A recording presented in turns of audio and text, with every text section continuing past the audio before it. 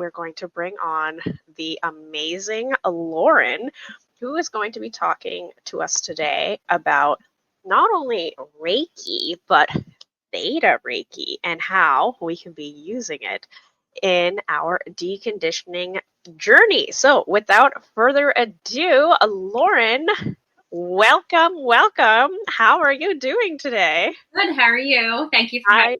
I'm so honored to be here with you guys. Hey, I am just very excited. So a mutual friend of ours connected us. So I was actually having a very hard time finding someone who can do human design and Reiki. Like it was like trying to pull teeth. So when, I was told like you're the person, I'm like, yes. There's nothing better than a recommendation. My line 4 lives for recommendation. So I was extremely excited for you to be here and telling us all the things. So, what is, I guess, some quick things you want the audience to know about you before I start asking you some questions? So it's always so hard.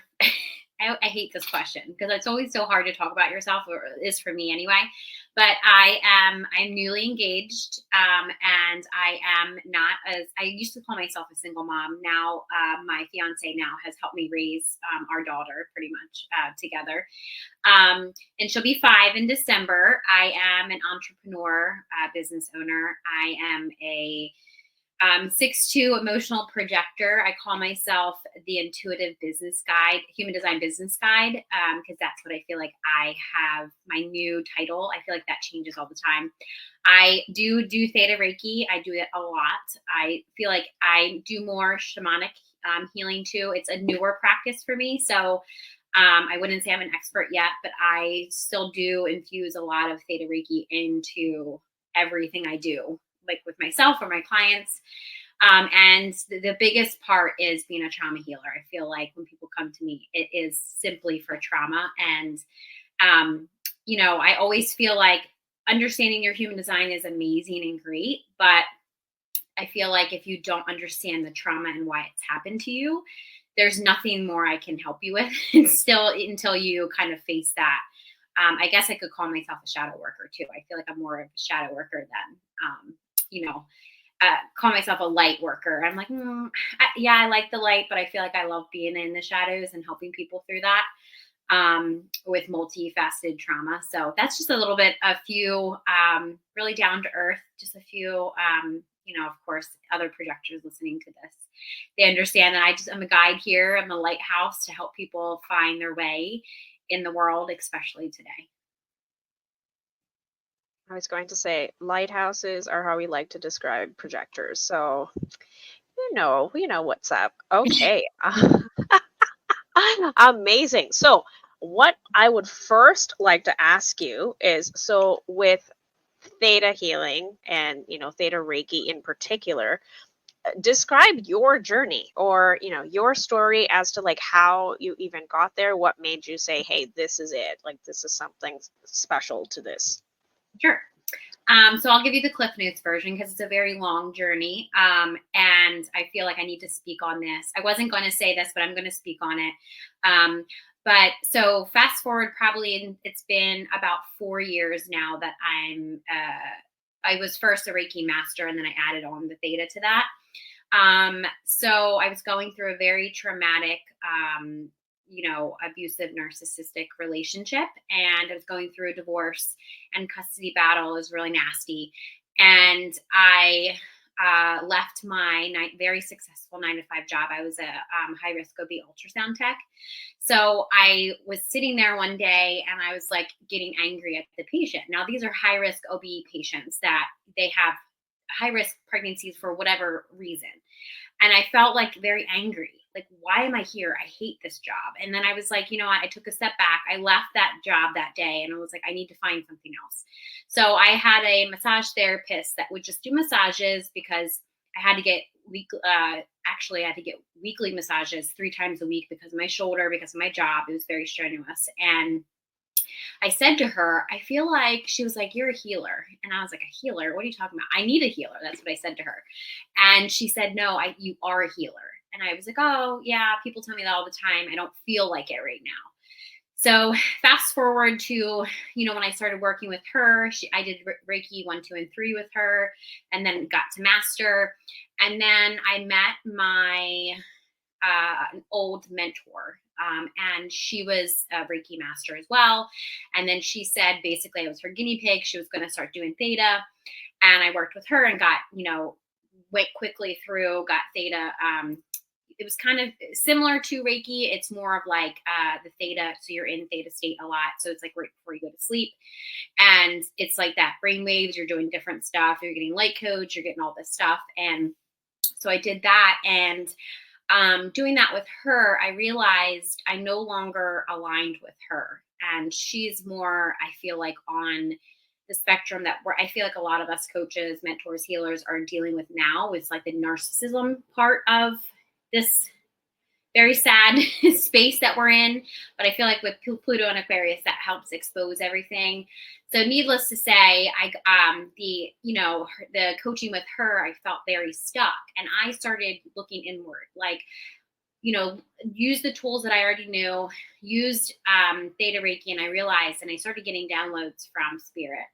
And it was like, you need to leave. You're good. You can go on your own. And I feel like if it wasn't for the tools I got from the healing modalities from Reiki, or even doing Theta on myself, to realize that I'm not supposed to be here. I feel like my conditioning, or that all the deconditioning I've done in the last couple of years, was coming back. And I'm like, why am I back here? And I feel like that pivotal moment for me was when, oh my goodness, I could use Theta Reiki, and because she kept telling me, oh, everybody knows human design. You're not going to change people's lives with human design. That was one of the things that she said to me. And I was like, oh, it's because you don't want me to be successful. And that was like that pivotal moment that I was like, I can't be here anymore. So that's like a Cliff Notes version of why I feel like I chose this path. And if it wasn't for me being able to do Theta Reiki on myself, and along with all the other modalities and tools that I've used over the years, that I feel like I probably wouldn't be here. I still would probably be stuck in cycles of, trauma or whatever. Right. You're just like, kind of spinning your wheels. Yeah. Oh my God, that's amazing. So, for those who might not know, could you explain the different states? It's like, unless you're really into hypnosis, they might not know what theta is. That's the only reason I even know like the different states of like alpha, beta, and theta. It's a little interesting clip for people to be like, oh. Yeah. So the theta is right. Like if you were to go to sleep, like right before you go to sleep, theta is like if you needed to get up and go to the bathroom, you could. So you're not fully asleep yet, but you're conscious. Like you're able to know that you're still here. You're not in that dream state or whatever. So theta is literally right before you go to sleep. Does that kind of help? Amazing, right? And which is different from, I believe, alpha, which is when you're dreaming. Right. REM sleep. Or beta too. Yeah, beta is like you're just awake. Right. Like we're in beta right now. Right. Versus delta, which is like you're in a coma. Right. Yeah. I'm not really good at all of that stuff. So yes, but that's actually that's like the extent of what I know about. Yeah, no, I don't know anything beyond that. That's as far as my line one knows when it comes to like the different consciousness states. But I'm sure when we do our hypnosis episode, we can get more into that, which we are going to be doing. So do tune in if that sounded fun. My little plug for a future episode. But what I want to know from you, Lauren, is so you kind of explained your journey, but you haven't really dug into like what made Theta Healing more attractive to you versus like other ones, like other things. Like, there's EFT tapping and there's just talk therapy and things like that. Like, what was the pull? It's like, no, there's something very special about this. Probably, I was gonna say I tried all of them. I tried, Of course. yeah, like I tried talk therapy. It works. I feel like talk therapy works with other holistic stuff, like holistic modalities. I even tried Reiki. Like, I'm not knocking people that are Reiki. I'm not at all. I feel like it works. But Theta gets to, if you have very really deep trauma to the point that if you were a child and you don't remember your childhood, or if you have multifaceted trauma since you were 5,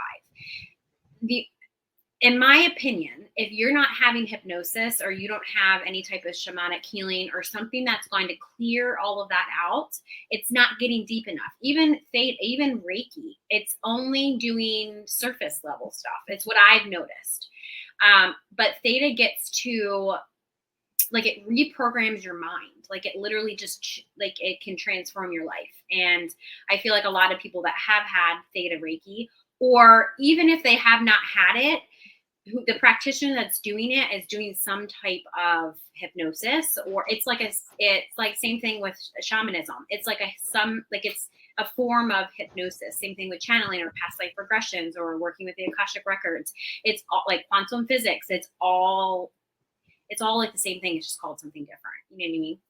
Right. So I feel like the reason why I use it is because I've had so much success with it, along with a lot of my other clients too. And I just felt like I'm not a gatekeeper, so I feel like that's what we're here too for. Yeah. It's like, oh, who are we to keep this information? Here, have it all. Yeah. And now that you say that, and I've been talking more about it, I always start with Theta Reiki first. And I didn't, our mutual friend Tracy, thank God for her, she had mentioned to me, Lauren, you don't talk about it. And I was like, well, why do I need to talk about it? I do more shamanic practices now. And she was like, no, you don't. You do Theta Reiki first. And I was like, she's right. I do, because that's where I have to start, because people don't know what past life regression means. They don't know what hypnosis is. They do know what Reiki is. And then so I had to use something that I don't It's like the gateway. Yeah. I like to think of it like Yeah. butter chicken to Indian food. Yeah. Yes. It's like the thing that gets you in the door. Yeah. So people, and when I say all of that, they don't really know. And sometimes I don't say, I mean, it is a type of Reiki. So Theta is just a type of Reiki. It's just more intense. Like, you're going to get more out of a session with me doing Theta Reiki than you're going to just get typical Reiki. Because I'm not going deep into your subconscious. We're not doing all that subconscious work. And to be honest, if you're not doing subconscious, like you're changing all that subconscious stuff or your ego or whatever, then it's just like, it's all surface level. It has to come up. You know what I mean? Mm-hmm. You actually led me, like, perfectly segued into the next question, which was, so what about Theta Reiki that you see? I guess it's like the biggest difference. You can do both. You can do the biggest, like, transformation you saw in yourself, and I guess the most sparkling client story that, like, comes into your mind. It's like, yeah, I'm gonna plaster this everywhere. So I'll just talk about my clients. For one, I had a session, I did a past life regression, and I realized that she had this big fear. There's a couple different stories. I'll just tell the one, that she had a big fear of going over bridges. And I said to her, okay, so this is more like past life regression stuff, but it's like intertwined into both. I got her into a theta state, which is just pretty much meditation. It's like you're here, but you're like, consciousness is like relaxed and your ego's not trying to take over. And I walked her through just a very guided meditation. And, I just kind of guided her through it. And I was asking her different questions. I don't tell people what they see. I don't ask for what they see. I can see like what they see sometimes. So I will say what I'm seeing, and if it resonates with them, great. If it doesn't, that's okay too. But I'm just trying to get them to kind of see, and because it's hard when you don't have like practice this a lot, that it's it's hard for their mind to relax, or I get anxiety. I can't speak. And I have to kind of like, you have to just kind of relax, all that. And I feel like through all of that, I realized that it was so powerful for her that she is now able. Now, this is a woman that could not drive. She had to drive across the bridge every single day to get to work. And the moment that she got out of the session, got home, went to sleep, and tried to drive back over the bridge, she could do it by herself. Apparently they have, I didn't know this, but they have these assist drivers that they drive. Like she lives in Maryland. So it's like the long bridges. And apparently they drive you across the bridge. I didn't know this, but apparently she did this every single day for the last 6 years. And it was because she was scared of water, like driving water and driving across the bridge. So coming out of that, sometimes I get channel messages, sometimes I get downloads.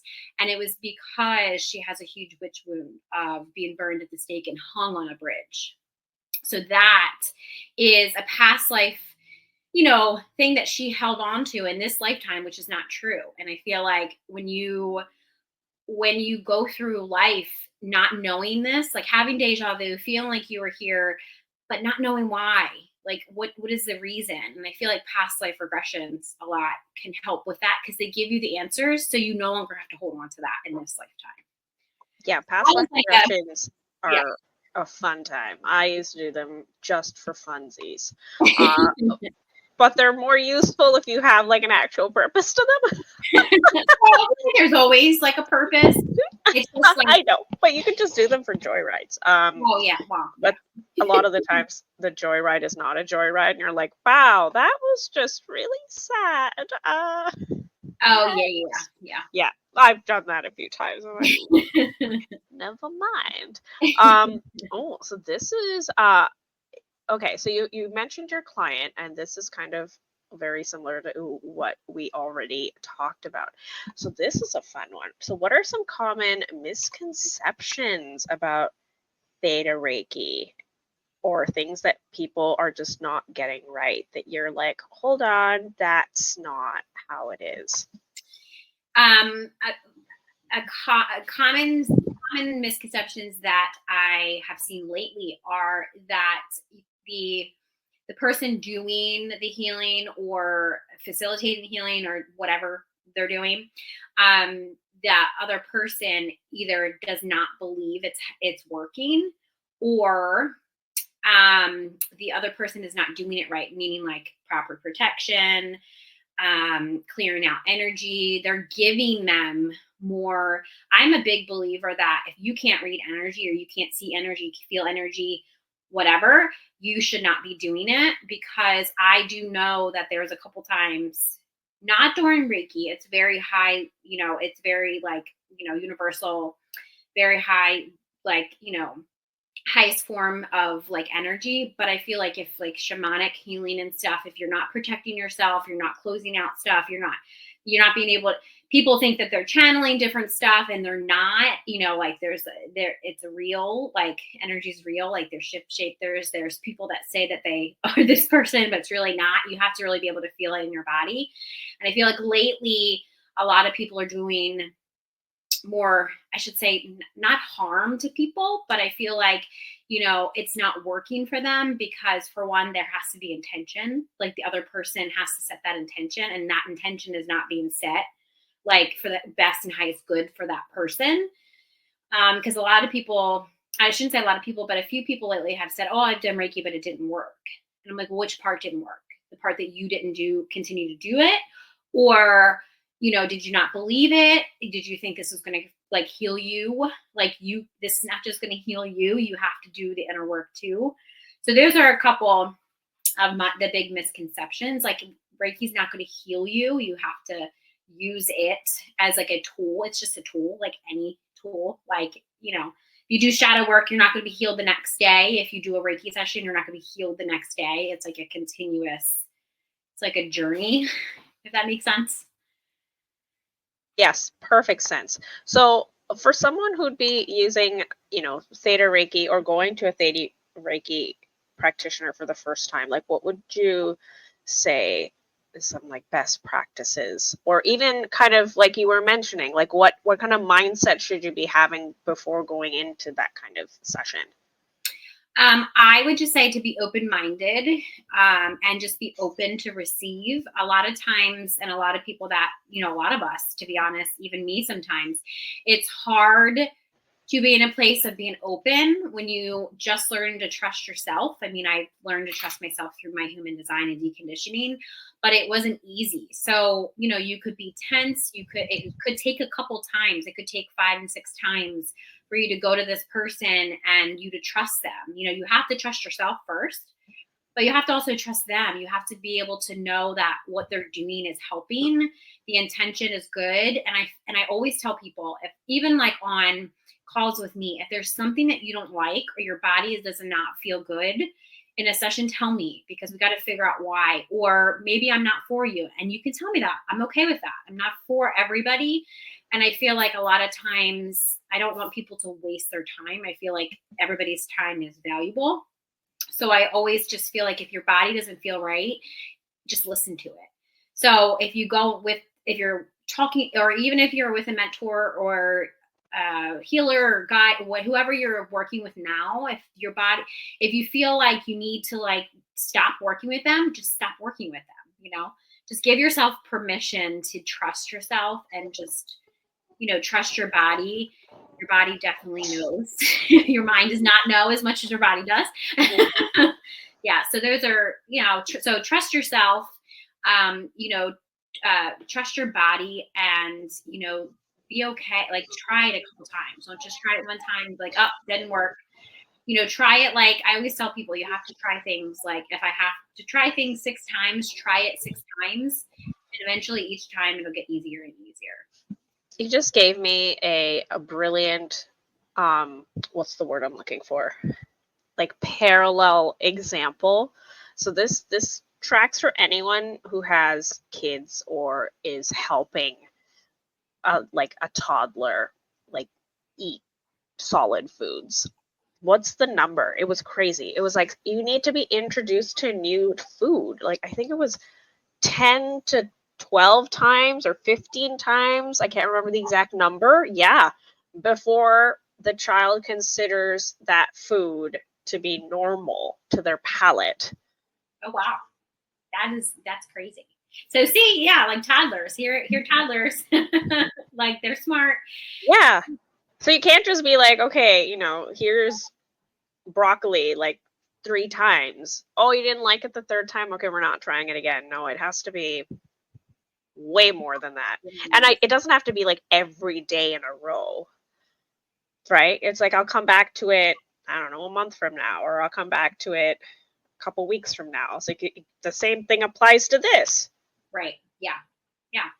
I was just telling them before, I self-taught myself human design probably like for the last 6 years. I'm telling you, I failed, and I still fail at my authority. It's not easy being emotional and all the crazy. Oh, I'm like, fellow emo girl, come on. I can attest to that. I still fail because people are like, oh, Lauren, you're so good at this. And I'm like, but I'm not. I give you guys real life examples. I tell you that I use my emotions to think, feel, act. Sometimes I get angry and act on my anger. It's not according to my authority, but sometimes I'm just like, I don't really care about my authority right now. I'm just angry. Yeah, it's just, you're human. Yeah. You're human, and you're here to feel a lot of feelings. Yeah. And I'm a Pisces moon and rising. So that all adds to all my emotions. Wait, did you mention your rising? I didn't catch that. What was it? Pisces moon and Pisces rising. Yeah, lots of emo energy there. A lot of emotional energy, but that's why I feel like people, they're like, you feel me, right? I'm like, I definitely do. I 100%, even if I've never experienced what people experience, I put myself like I experience what they're talking about so I can relate to them.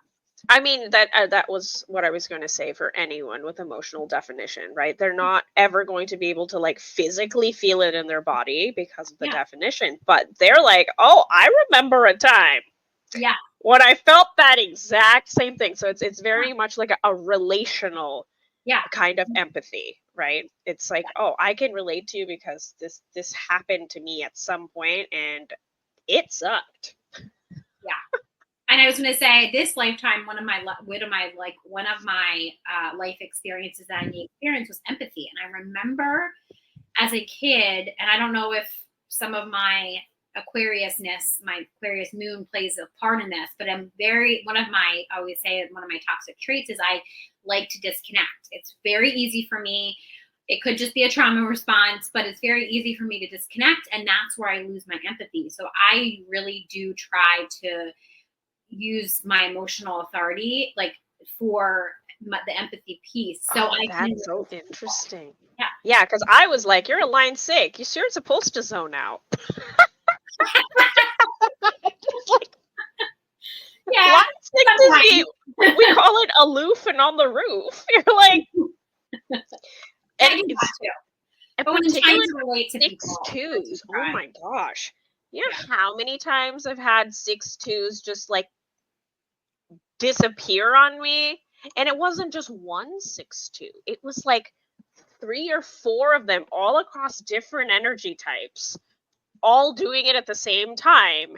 And I'm like, this can't be a coinky dink. I think this is a trait. This is a 6-2 trait. Yeah. No, I do.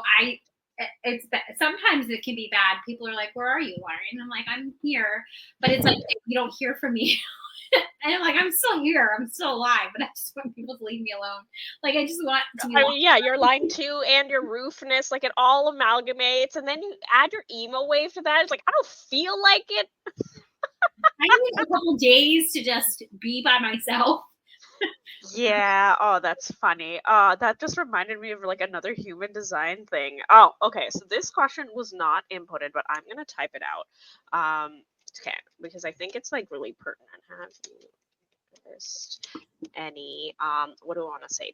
Patterns. Design and data. Reiki sessions. Okay, so I'm gonna like, what's the word I'm looking for? I'm gonna expand upon this, but this is kind of the general thing I was thinking about. Is like, so when you're doing a session across different types, have you noticed any patterns? It's like, oh, like manifestors have this kind of trauma, like just commonly, or projectors are holding this kind of trauma commonly. Like, did you put any sort of like dot connecting there happen, or thoughts? Yes, a couple. So let me think. I have a manifestor has an open root. So I noticed that. Wait, manifestors have open sacral. Manifestor root can be whatever. Oh yeah. So if she has open, okay, so she has open sacral and root. Sorry, I meant. Yeah. Okay, perfect. So she has both open, just like I do. And I realized that, and I get into human design is, I'm not sure if you guys know this, but also in, you can find where your genetic trauma is. And I'm really big into that. What? That could be a whole different. Whoa! No! You open that can of worms. You're gonna tell me more, because I'm like, excuse you. I need to. Well, I can tell you where to find it. It's hard if I don't have a chart, but we have your chart. Yeah, so we can use we can Hold on. I can do that real easy. Hold on. Okay, we're derailing a little bit, but this is really exciting. I just want people to be able to know where to look. Yeah, okay. So it's your design Mars line. That's where you're going to look at your chart. Okay, so design is your Mars right here. So you look at the line. Okay, 0.4. So line 4 for you. Mm-hmm. Right. So there's 6 different lines, right? So, right. If you're listening to this, if you have a design on your design Mars line, so it's after the point, the line, whatever line that is, and it's 6, yours would be trauma of separation. Now, and I'm talking genetic trauma. This is what's in your like DNA. You come into this world with this. You cannot change it. But I have been experimenting, you can heal it though. It's still going to be there, but you can heal it. It's going to be the root of every single thing in your life, like the trauma that happens in your life, like every single thing. So if you focus on how do you stop doing that, then that's how you heal it, right? So mine was force, the trauma of rejection. So literally, I rejected myself constantly. Let me rewind back to what I was talking about with my client. So I noticed that people, manifestors that have open roots or open sacrals, it doesn't matter. We both have open sacrals. So I'll just talk about that. I've noticed there's so much shame around like emotions, or like the root to every genetic trauma seems to be shame, or shame is a big part of their deconditioning. Or same thing with projectors. I feel like projectors can range from rejection to there's different ranges, but suppression and denial. I feel like suppression's a big one too, because they suppress their emotions, especially having an open root or open sacral. So that's where all of the emotions get stuck. That's why, like, I truly believe the reason why people are, not fertile, or they have infertility problems, or they can't get pregnant, is because they have a closed sacral. I'm not saying that this I can't scientifically show you that this is true. I can just show you, like, just different scenarios and experiences, that I've helped women through. One girl couldn't get pregnant. We've healed her sacral and she got pregnant. And it's like, that's not a coincidence. That's literally what happens. Like we're supposed to give birth and life and all that stuff in our sacral, not hold on to emotions, not hold on to trauma. That was all being stuck there and suppressed. And once it was released, there was actually able to have an actual life there. Obviously if a doctor's listening to this, they're gonna be like, no, that's not true. But it is true. Like, it actually, I've seen it happen multiple times with clients. Oh, that's absolutely brilliant.